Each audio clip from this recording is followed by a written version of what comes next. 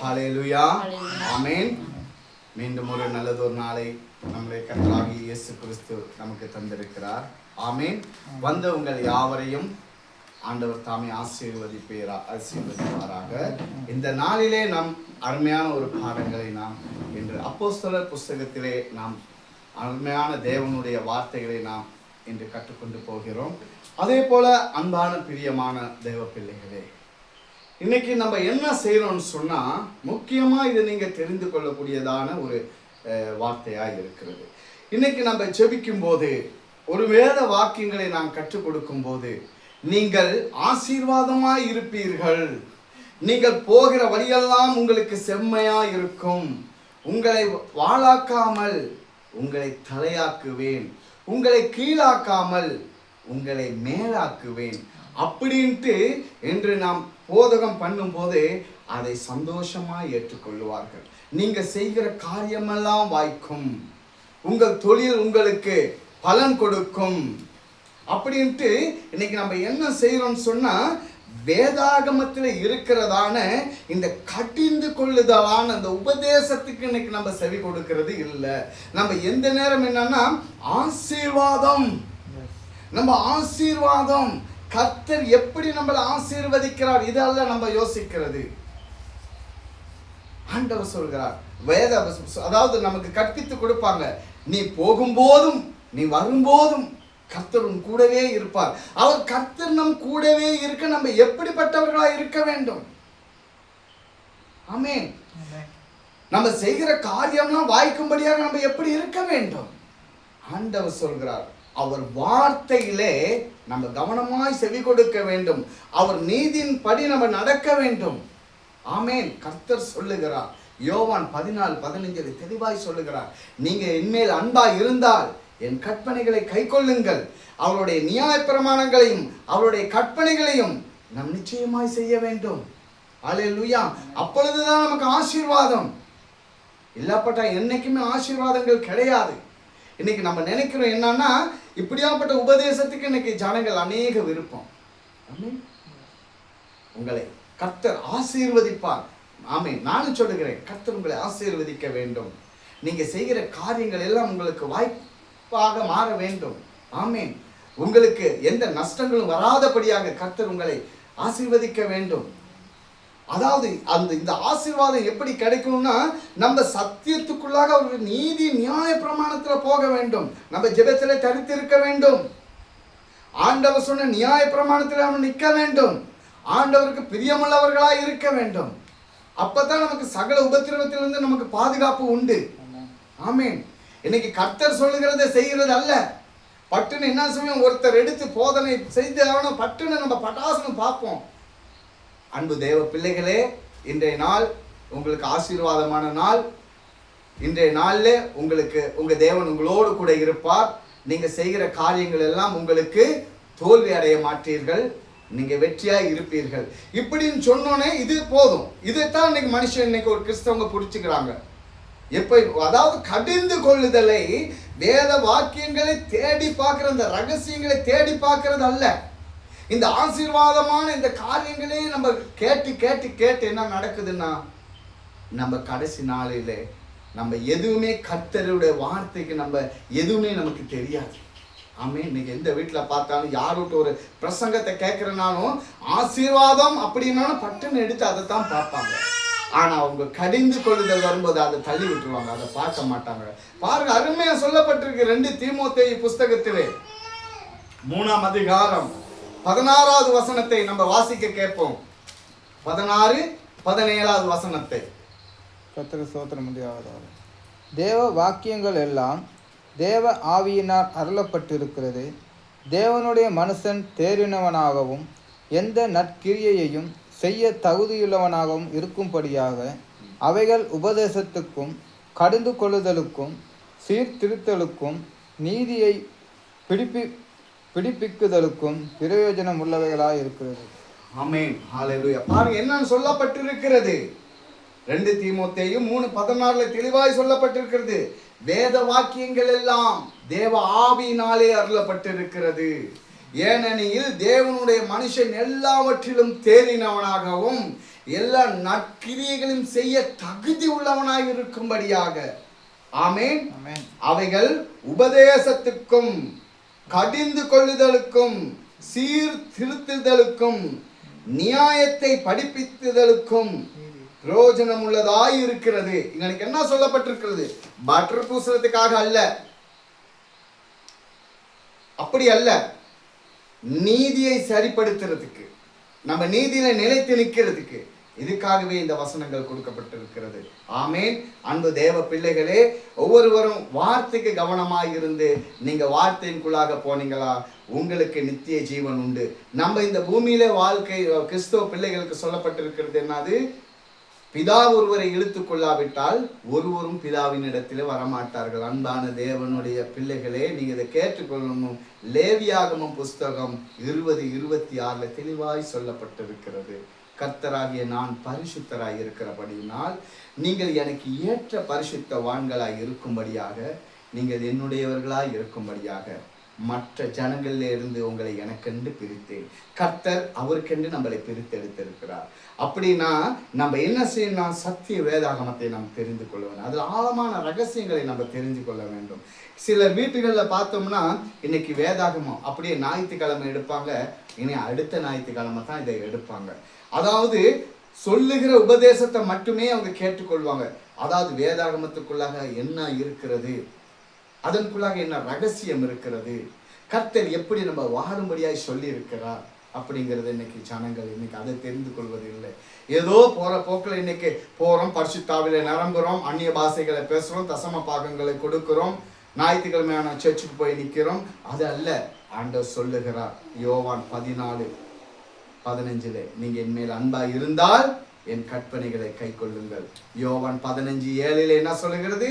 நீங்கள் என்னிலும் என் வார்த்தை உங்களிலும் நிலைத்திருந்தால் நீங்கள் கேட்டுக்கொள்வது எதுவோ அது எல்லாமே உங்களுக்கு செய்யப்படும். ஆண்டவராகிய இயேசு கிறிஸ்துவின் ஆசீர்வாதம் அதுதான். நான் சொல்றதோ அடுத்தவங்க சொல்றதோ அது இல்லை ஆசீர்வாதம். நீங்க நிலைத்திருந்தால் இயேசு கிறிஸ்துவின் ஆசீர்வாதம் உங்களுக்கு உண்டு. இல்லாட்டி போனா என்னைக்குமே இந்த ஆசீர்வாதம் நிலை நிற்காது.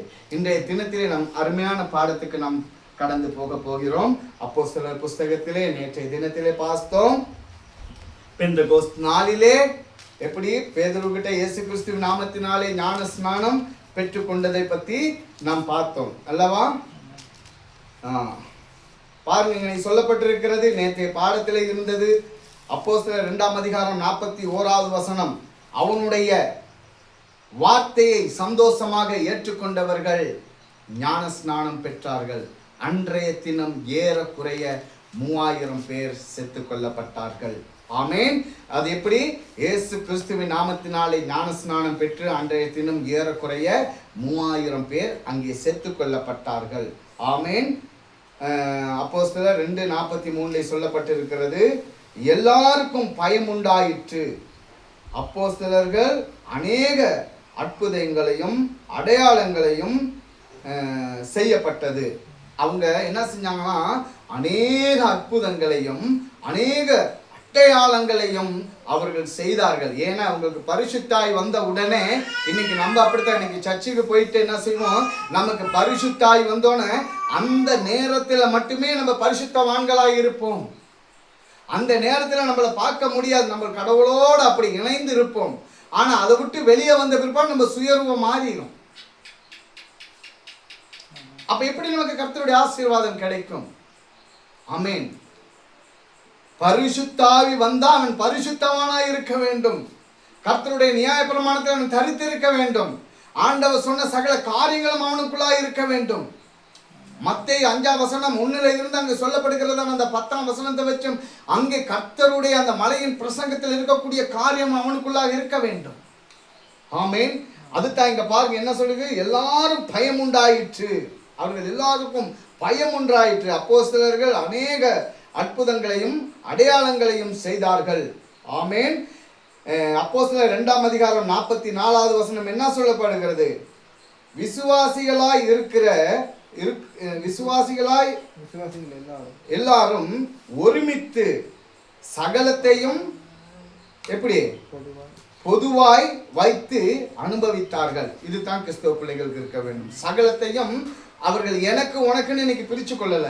இன்னைக்கு அப்படித்தான் நம்ம செய்வோம். என்னன்னா சபையில போனோம்னா கட்டி பிடிச்சு முத்தம் கொடுத்துக்குருவோம். சகோதரனே சகோதரியே அப்படின்னு நம்ம என்ன செய்வோம், அவங்களோட அன்பு முத்தம் நம்ம கொடுப்போம். அதை விட்டு வெளியே வந்தோன்னா அவன் எப்படி உழுவான்னு அவனை பத்தி நம்ம பொறாம சொல்லுவோம். அப்ப இதெல்லாம் கர்த்தருடைய பிள்ளைகளுக்கு அருவருப்பானது. இதுதான் நீதியின் புஸ்தகத்தில் நம்ம படிப்பித்து கொடுக்கிறது. என்னன்னா நம்ம ராஜ்யத்துக்குரியவைகளை இருக்க வேண்டும். கர்த்தர் சொன்னார், நான் இந்த பூமிக்கு வரும்போது நீதி உள்ள மனுஷனை நான் காண்பேனோ. ஆமென். 1 தெசலோனிக்கே 3:16 சொல்லப்பட்டிருக்கிறது. ஏனெனில் கர்த்தர் தாமே ஆரவாரத்தோடும் பிரதான தூதர்களின் சத்தத்தோடும் தேவ எக்காலத்தோடும் வானத்திலிருந்து பூமிக்கு இறங்கி வருவார். அப்பொழுது கிறிஸ்துவுக்கு மரித்தவர்கள் முதலாவது எழுந்திருப்பார்கள். நம்ம கிறிஸ்துவுக்காக மரிக்க வேண்டும். நம்ம இந்த வாழ்கிற வாழ்க்கையை பெருசா நினைக்க கூடாது. இந்த வாழ்கிற வாழ்க்கை கொஞ்ச காலமான ஒரு வாழ்க்கை. இது கர்த்தருக்கு பிரியமுள்ளதாய் வாழ வேண்டும். அன்பு தேவ பிள்ளைகளே, இந்த வார்த்தையை கேட்கிற நீங்க கவனமாய் செவி கொடுத்து கர்த்தருக்குள்ளாக அருமையான ஒரு ஓட்டத்தை ஓடுங்க. வேதாகமத்தை தேடி பாருங்க. இது கடைசி காலம். காலம் அதிகமா அல்ல, இது கடைசி காலம். உங்க கரங்களிலே ஒவ்வொருவருக்கும் வேதாகமம் இங்கே கொடுக்கப்பட்டிருக்கிறது. பழைய ஏற்பாட்டின் காலத்திலே பார்க்கும்போது அங்கே ஓலைச்சுவடி மட்டுமே இருந்தது. ஒருவர் மாத்திரமே அதை எப்படி செய்வாங்களாம், கவனமா ஒருவர் மட்டுமே தலையில துணிகளை முக்காடு போட்டு அந்த ஓலைச்சுவடை எடுத்து அதை படிச்சுட்டு அதே போல சுருட்டி கொண்டு வச்சிருவார். அதுக்கான கணம். இன்னைக்கு எப்படி கணம்? இன்னைக்கு வேதாகமத்தை என்ன செய்யறோம்னா, சர்ச்சுக்கு போகல இப்படித்தான் எடுத்துக்கிட்டு போவோம். கம்ப்யூட்டர்ல வச்சுட்டு இப்படி எடுத்துக்கிட்டு போவோம்.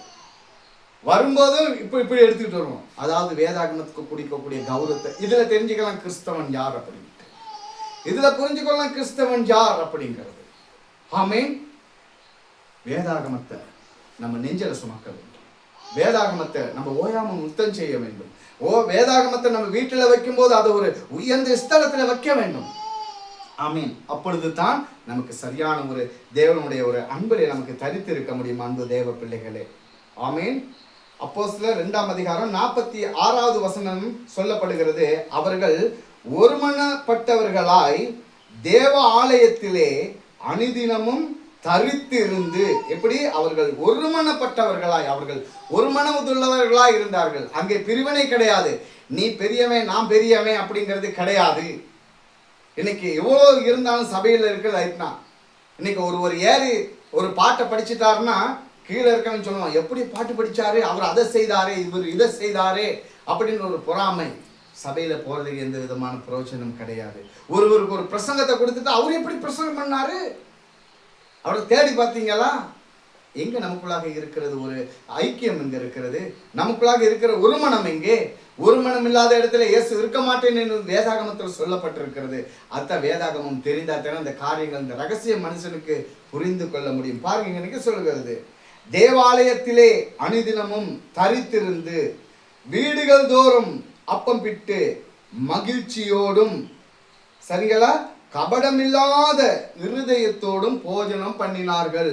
கிறிஸ்தவ பிள்ளைகளுக்கு கபடம் இருக்கக்கூடாது, வஞ்சனை இருக்கக்கூடாது, பொறாமை இருக்கக்கூடாது. எப்ப இவர் கீழே விழுவார்னு பார்க்கக்கூடாது. விழும்போது என்னன்னா அவரை தூக்கிறதுக்கு, நம்ம தாங்கிறதுக்கு நம்ம சகோதரர் என்ன ஆண்டவர் நமக்கு ஒரே தகப்பன் இயேசு, ஒரே தகப்பன், நமக்கு ஆவிக்குரிய ஒரே தகப்பன். அப்ப நம்ம இயேசு தெரிந்து கொண்ட ஒவ்வொரு பிள்ளைகளும் ஆவிக்குரிய சகோதர சகோதரிகளா இருக்கிறோம். ஒருவர் விழும்போது ஒருவர் பார்த்து சிரிக்கக்கூடாது, நகைக்கக்கூடாது, சந்தோஷப்படக்கூடாது.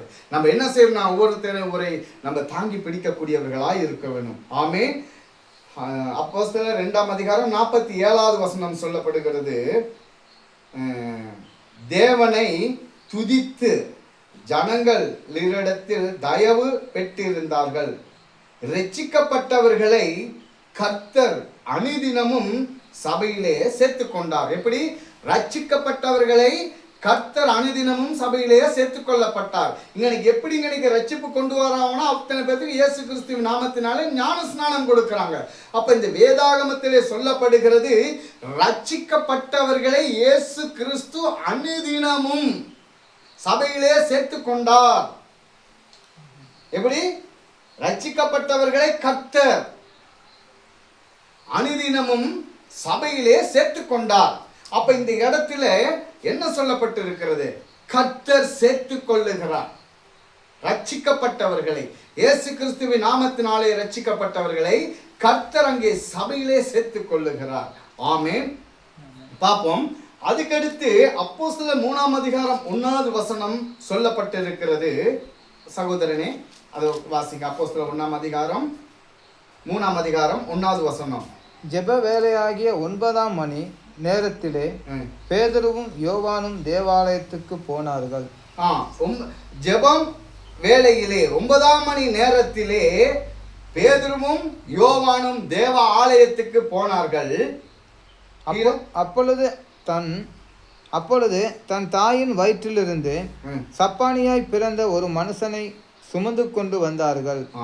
தேவ ஆலயத்திலே பிரவேசித்திருக்கிறவர்களிடத்தில் பிச்சை கேட்கும்படி நாடோறும் அவனை அலங்கார வாசல் எண்ணப்பட்ட தேவாலய வாசல் அண்டையிலே வைப்பார்கள். பாருங்க என்ன சொல்லப்பட்டிருக்குன்னா, நீங்க பாருங்க எப்படி சொல்லப்பட்டிருக்கிறது. அப்பொழுது தன் தாயின் வயிற்றிலே இருந்து சப்பானியாக பிறந்த ஒரு மனுஷனை சுமந்து கொண்டு வந்தார்கள்.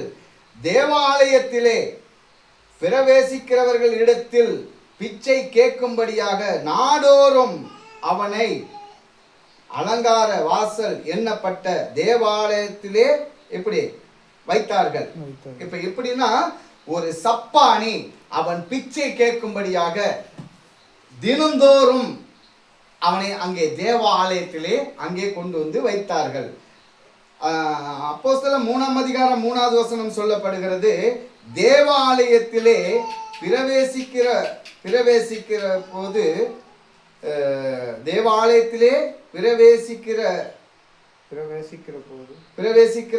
பிரவேசிக்க போகிற பேதுருவையும் யோவானையும் அவன் கண்டு பிச்சை கேட்டான். எப்படி பிரவேசிக்க போகிற, அதாவது தேவ ஆலயத்துக்குள்ளாக போகிற பேதுருவையும் யோவானையும் அவன் கண்டு பிச்சை கேட்கிறான்.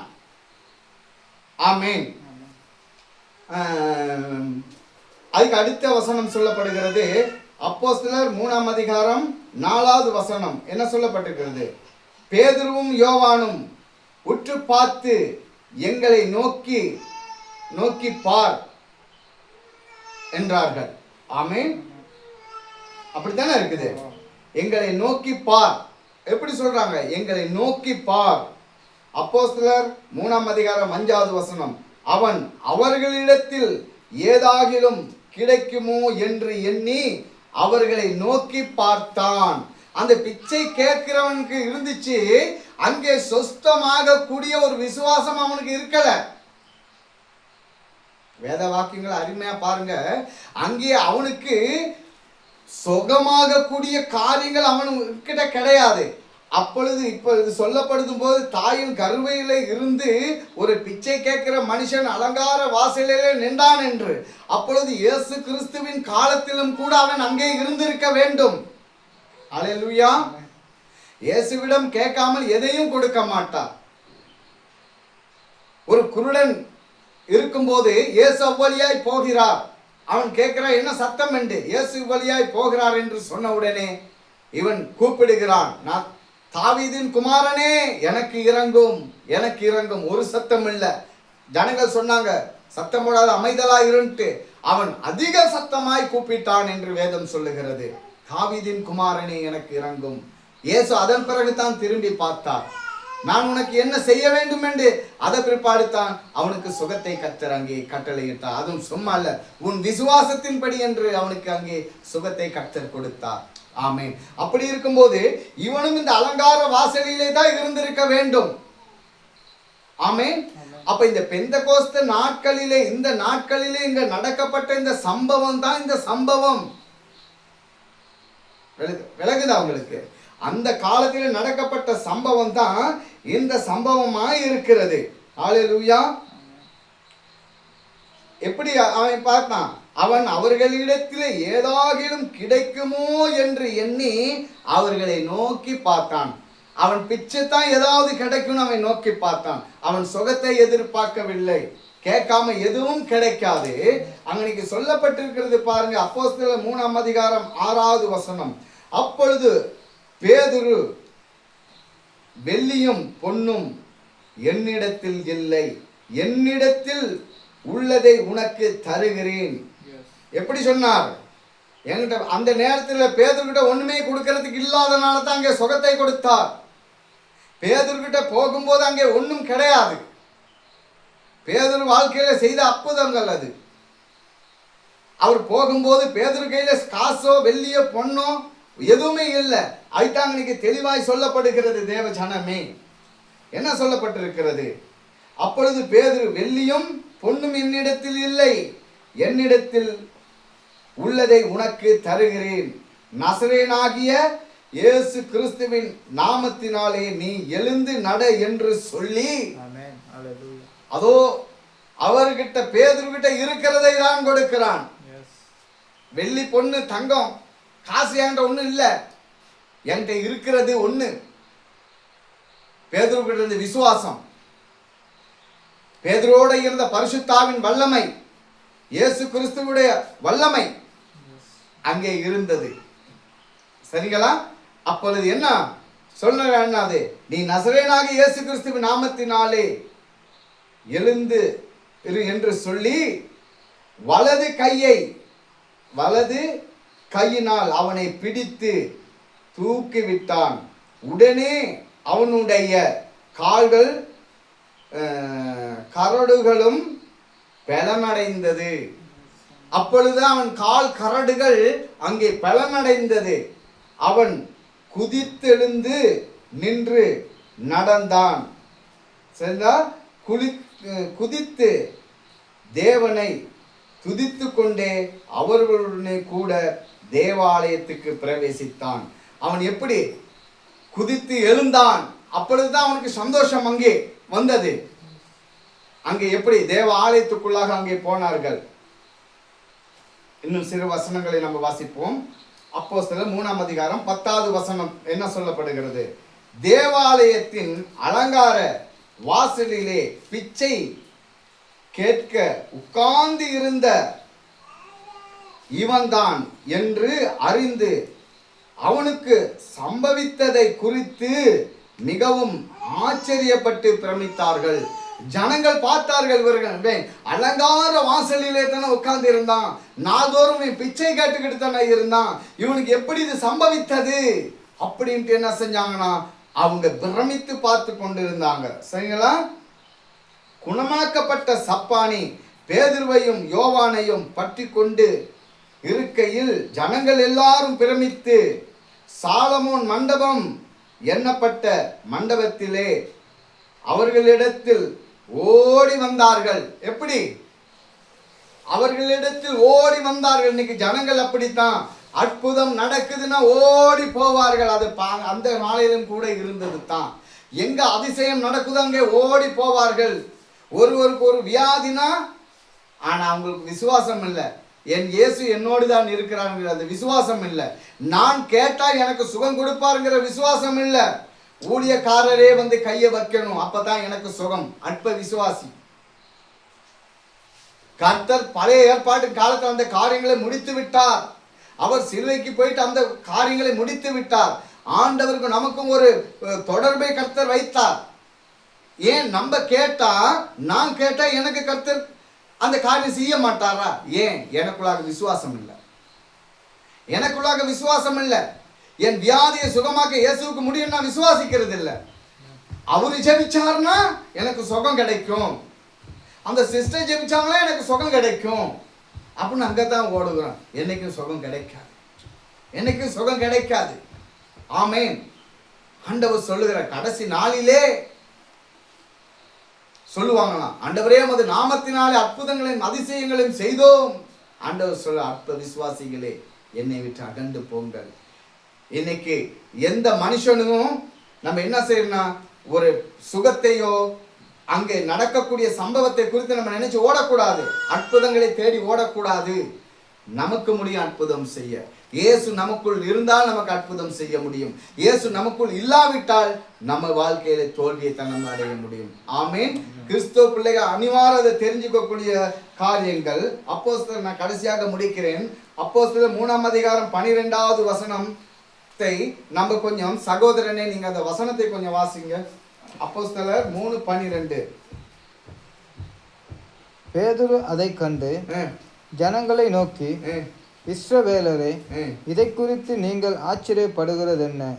நாங்கள் எங்கள் சுய சக்தியினாலாவது எங்கள் சுய பக்தியினாலாவது இவனை நடக்க பண்ணினோம் என்று நீங்கள் எங்களை நோக்கி பார்க்கிறது என்ன? ஆமேன். இன்னைக்கு பாருங்க, இன்னைக்கு ஒரு மனுஷன் நம்ம என்ன செய்வோம், ஒருவருக்கு ஒரு காய்ச்சல் வந்து நம்ம கையை வச்சு செபிச்சு அவர் சுகமாகணும்னு சொல்லிடுவோம். நான் கையை வச்ச உடனே அவர் சுகமாகிட்டார். பார்த்தீங்களா? ஒரு பிசாசு பிடிச்சவன நம்ம அங்க இயேசு கிறிஸ்துவின் நாமத்தில தான் நம்ம சொல்றோம். இல்லை பண்ண நம்மளால எதுவுமே கிடையாது. நான் கையை வச்சேன் உடனே பேய் போயிருச்சு. அவர் நடக்க முடியாம இருந்தாரு, நான் கையை வச்சேன், அவர் இப்ப நடக்கிறாரு. அந்த குடும்பத்துல சமாதானம் இல்லாம இருந்துச்சு, நான் போய் காலை வச்ச உடனே அந்த குடும்பத்துக்கு சமாதானம் வந்துருச்சு. இங்க பாருங்க, இந்த வசனத்தை சொல்றாங்க என்ன, அந்த சப்பானியை கண்டு அவனுக்கு சுகமானதை குறித்து ஜனங்கள் எல்லாரும் பிரமித்து சாலமோன் மண்டபத்திலே இருந்து பேதுருகிட்ட யோவான்கிட்ட என்ன ஓடி வர்றாங்க. அவங்க அந்த இடத்துல பெருமை கொள்ளல, அவங்க பெருமையான காரியத்தை சொல்லல.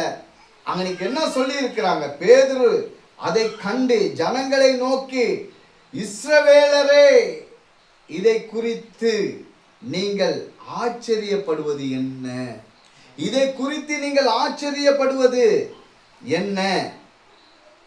நாங்கள் எங்கள் சுய சக்தியினாலாவது எங்கள் சுய பக்தியினாலாவது இவனை நடக்க பண்ணினோம் என்று நீங்கள் எங்களை நோக்கி பார்ப்பது என்ன? நீங்கள் எங்களை குறித்து பெருமைப்படுவது என்ன? எங்க சுய சக்தினாலும் அல்ல, எங்க சுய பலத்தாலும் அல்ல அப்படின்ட்டு யாரு சொல்றா? இந்த வானத்தையும் இந்த பூமியையும் படைத்த சர்வ வல்லமுள்ள தேவனோடு அங்கே அவர்கள் 3 வருஷமாக அங்கே இருந்தவர்கள். அவர்கள் பாக்கியவான்கள். அவர்கள் சொல்லுகிறார்கள்.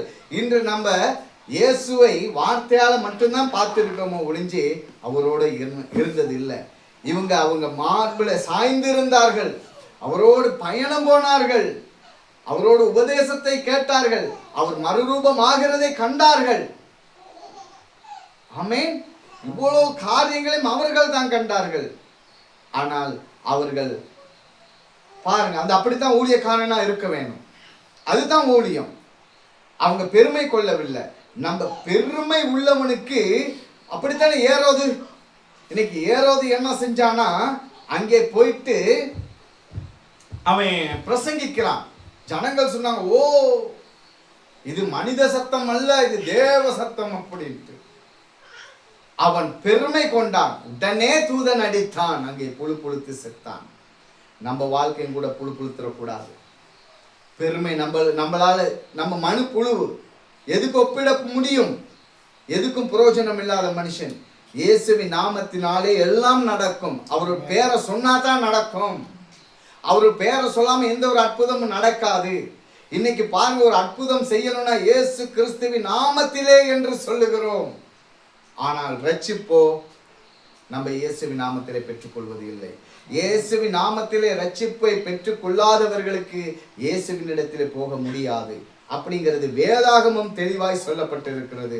நான் அல்ல சொல்லுகிறேன், வேதாகமம் தெளிவாய் சொல்லப்பட்டிருக்கிறது. ஆமீன். அன்புள்ள தேவ ஜனமே, இந்த வார்த்தைகளை நீங்கள் கவனமாய் கேட்டிருப்பீர்களானால் கர்த்தராகிய இயேசு கிறிஸ்து உங்கள் யாவரையும் ஆசீர்வதிப்பாராக. மீண்டும் நாளைய தினத்திலே அடுத்த பாடத்திலே நாம் சந்திப்போம். நன்றி. God bless you.